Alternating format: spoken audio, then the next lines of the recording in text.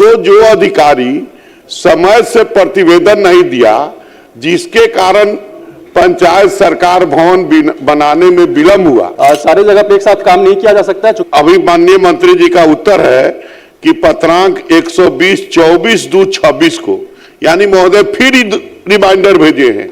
अब मेरे सामने भी मंत्री जी भेजे थे। तो जो अधिकारी समय से प्रतिवेदन नहीं दिया, जिसके कारण पंचायत सरकार भवन बनाने में विलंब हुआ, और कुछ पंचायत सरकार भवन बना है उसको हैंड ओवर टेक ओवर नहीं हो रहा है, और कुछ पंचायत सरकार भवन पंचायती राज के माननीय मुखिया जी द्वारा बना है जो अधूरा पड़ा हुआ है, जिसका पुनः निरीक्षण एस्टिमेट नहीं हो रहा है।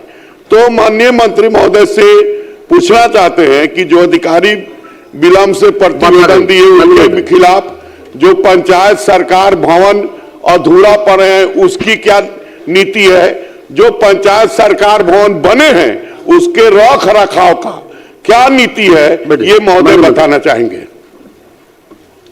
माननीय अध्यक्ष महोदय, माननीय सदस्य को अवगत कराना चाहेंगे कि जब भी कोई माननीय सदस्य प्रश्न पूछते हैं तो अद्यतन स्थिति जानने के लिए जिला पदाधिकारी से पत्राचार किया जाता है। ऐसा नहीं है कि रिमाइंडर दिया जाता है, अद्यतन स्थिति के लिए वो पत्राचार किया गया है।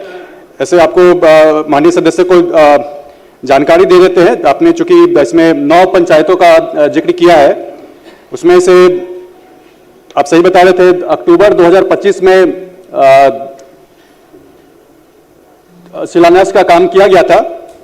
उसमें से झिटकहिया, रामसिंह छतौनी, उत्तरी ढेखा और मधुबनी, इन 4 जगहों पे साइट स्पेसिफिक एस्टीमेट का काम हो गया है, और उसकी तकनीकी स्वीकृति के लिए संबंधित एजेंसी जो कि LAEO है उनको दिया गया है। उनसे जैसे ही तकनीकी स्वीकृति मिलती है उस पर अग्रतर कार्रवाई की जाएगी।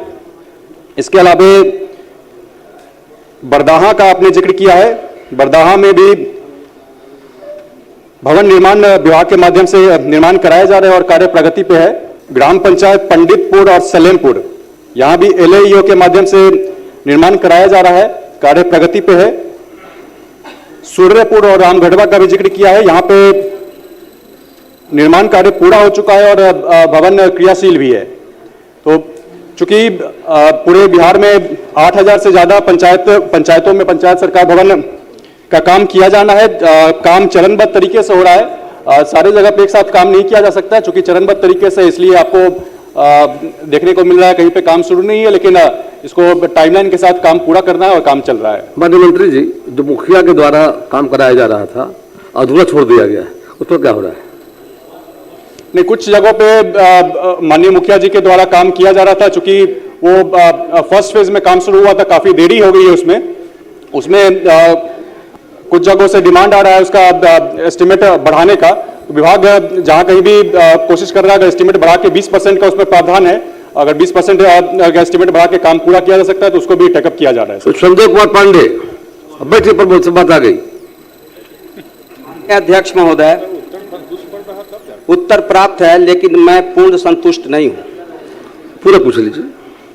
माननीय अध्यक्ष महोदय, मंत्री महोदय ने उत्तर में कहा है कि हरबोड़ा एवं पंडई नदी बरसाती प्रकृति की है तथा तटबंध निर्माण तकनीकी रूप से संभव नहीं है। मैं जानना चाहता हूं